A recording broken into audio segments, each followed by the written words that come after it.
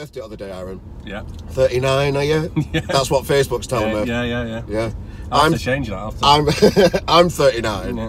and you've made it later on in your life. Mm. Do you feel like you're a better band for doing it, for having the success later in your life than like in your early 20s or whatever? Not made it yet, though. No. Well, being established and selling out gigs, and you're on the way type thing. Yeah. I don't know when you feel as though you've made it, really, do Go you? But left.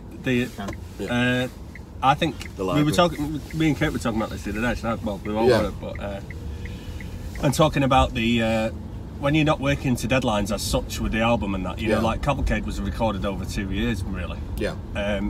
Your quality control gets better, right. and the fact that we're older and we're better writers probably for it. I mean, having said that, there's bands that get signed when they're young and then end up crap, don't they? So when they're older. So, but. Oh yeah, too many of them. Yeah. Too many of them. Yeah. But I think we've got. Yeah, I'm happy with where we're at. Yeah. Artistically and performance-wise, we're better than we've ever been. Yeah.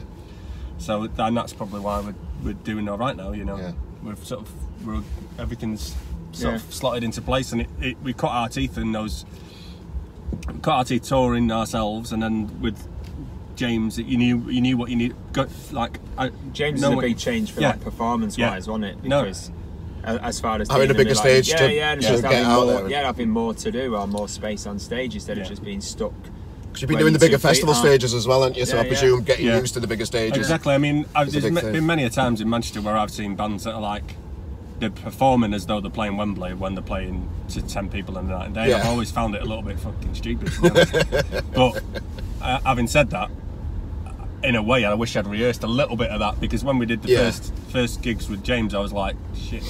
I was a bit like, I developed into owning the stage a little bit more over time, but personally, anyway. How was that manifested? So you say, like, you owning a stage. It's like a cliche thing to say, isn't it? But what is that? What's that mean? There's a little bit of, once the fans are familiar as well. It's a little bit. It's a relationship that has to happen naturally. Do you know what I mean? If I'm not getting anything back from the crowd, then I'll not give them much myself. Yeah. So it's like it's got to go two ways, and if I've got people absolutely buzzing, then you're out there over. And like we did Hebden Bridge last week. Was it last week? Yeah. Hebden Bridge in Bury met the independent venue week. Gigs were absolutely unbelievable. Like it was a proper party. Yeah.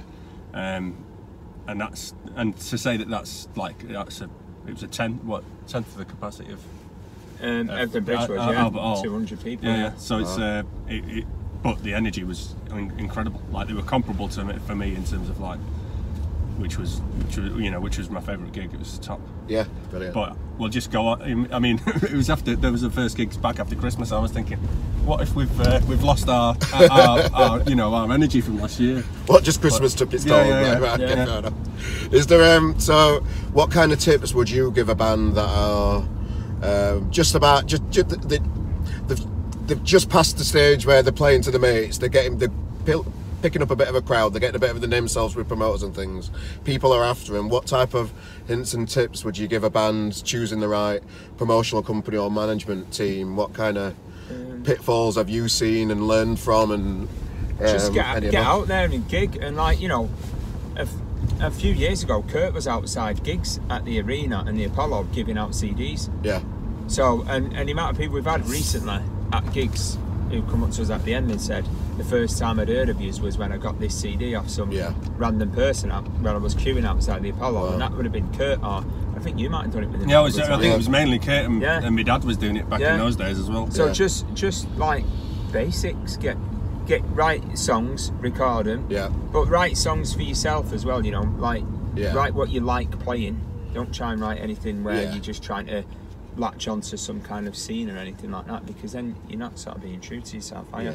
And just play gigs, get out there playing, and the more you play in, even if you're playing to 10 people and 6 of them are from another band, those 6 people might like you, and then they might be at your next gig and they might bring 2 mates each. And that's what we found, especially since the James tour. People have come back and brought mates, and then people have come back and brought their mates and their mates, and Aaron's great on social media as well. He'll I love the videos that you do before gigs, when there's people walking around the backstage bit and then they follow you on stage when you play. I love that. Nobody's doing that, and it's such a simple thing to do, isn't it? To engage your fans and get them involved that can't make the gig that's sold out, to still feel like they're there, and you interact with them as well, don't you? And that's great.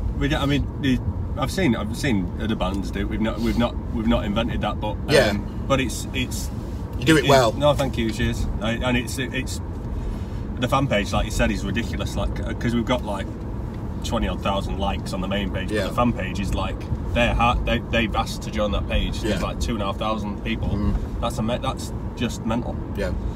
Straight. But I think going back to advice to the band, it's just we found that half of it can be perception as well. Like, as soon as you do a tour, and people see you touring, get something out. Do you know what I mean? Yeah. I understand a lot of bands. Maybe we weren't right to release the first album, or even the second album ourselves. Yeah. Maybe you did. Maybe you should hold back and wait for the deal, but you might find yourself waiting too long. You know, it's just put your music in the world. For me, YouTube. You've got SoundCloud. It's not difficult to get something on Spotify. Just go on the internet and read up on how you might get something on Spotify or Apple Music or whatever. And you don't need to go and buy a load of CDs, do you? You don't need to buy vinyls. You don't need to spend any money getting your tunes out there. Well, for digital, we used a thing called TuneCore. There's lots of others around, but essentially you can just put your tracks on, and like BBC introduced, and obviously you can go through that kind of thing as well. But in terms of releasing, you can self-release very easily these days. It's not difficult.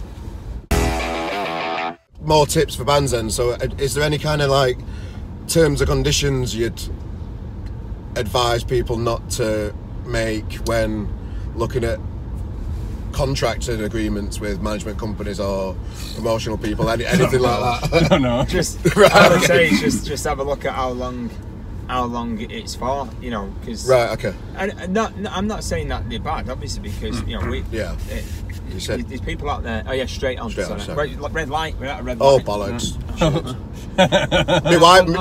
My wife said, "Don't kill the slow readers club." Anything like that, just read through it. I know it sounds like it's not written in English. You're going to write at these lines, or get a lawyer to look at it. Yeah, or get someone to look at it who knows what they're looking at. But just contracts and stuff, look at how long they're for, and think, right, is that fair? Like, we're tied in for so many years or whatever, and you know, I don't know. All I'd say is, before all that, play gigs. As many as you can. And that's it. And if you're good, well, you'll get better by playing gigs. And if you're good, people will come back and see you. And make sure you have like a Facebook page. Make sure you've got some sort of presence on YouTube. You're going to do right at these lights. And then you've got more chance. So if people come to see you at a gig and then they search you online, if you've not got anything on the internet, then they might lose who you are.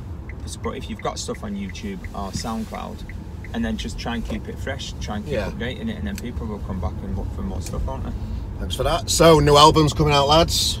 Tell us what you can about the album and how it's come to be. Well, we played a few of them on the last tour, so people have heard Lunatic, which was the first single off the album, albeit it was released in October last year.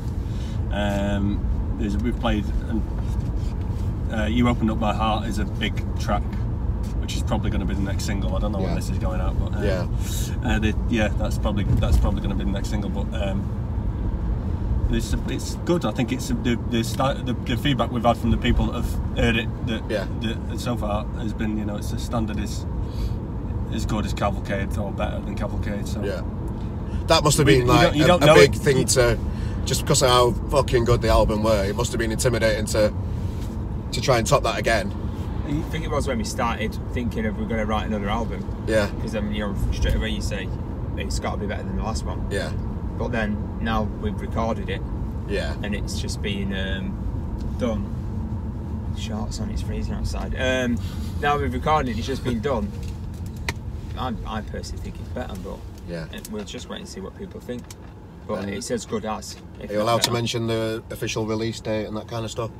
When's the video going out? Probably about a month or so from today. We're on February now. So March time, probably early. Might be a bit about March, a couple of weeks, 3 weeks. We think it's early May. Early May. Right. It could. It's you know, something could go wrong. You're hoping for about May, sometime in May. We might get the test pressing back and it's got Elvis in the middle of it. So we'll have to keep our powder dry for now. So it's important for bands when they're doing gigs as well. Another tip that's just sprung to my mind: the importance and how much. I've said it before, but people say the music industry is a bit like a t-shirt selling business, where that's where you can make a lot of your money from merchandise and things like that at gigs and that kind of stuff. Feels that way to us. Does it? To a degree, yeah. Fair enough. So would you say, you know, that would that be another good tip for bands to have good merch, not just knock up a cheap Fruit of the Loom t-shirt and think that's enough? Have a range of good merch for bands to make you money as well. Yeah, well, you know, James famously lived on merch for between albums at one point. Yeah. My wife's a massive James fan, so told me this kind of stuff. I mean, I'm a fan as well, but she was like, big time, and like they sort of they were at times selling more t-shirts than they were records. I mean, it's like.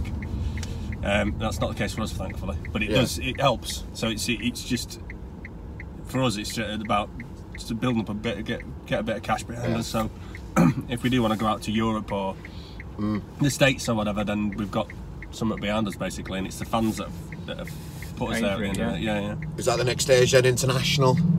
Hopefully, yeah. So yeah, more festival. I mean, we're doing main stage at Kendal this year, and. We're doing Sound City for the first time, and that's going to be a decent stage there as well in Liverpool. Stag and Dagger in Glasgow. There should be more festivals down the line as well, and I took 2 tours probably this year, I would have thought, in the UK. Really appreciate your time, lads. Absolutely amazing for you to spend a bit of time with me this morning, just having a drive round sunny Manchester.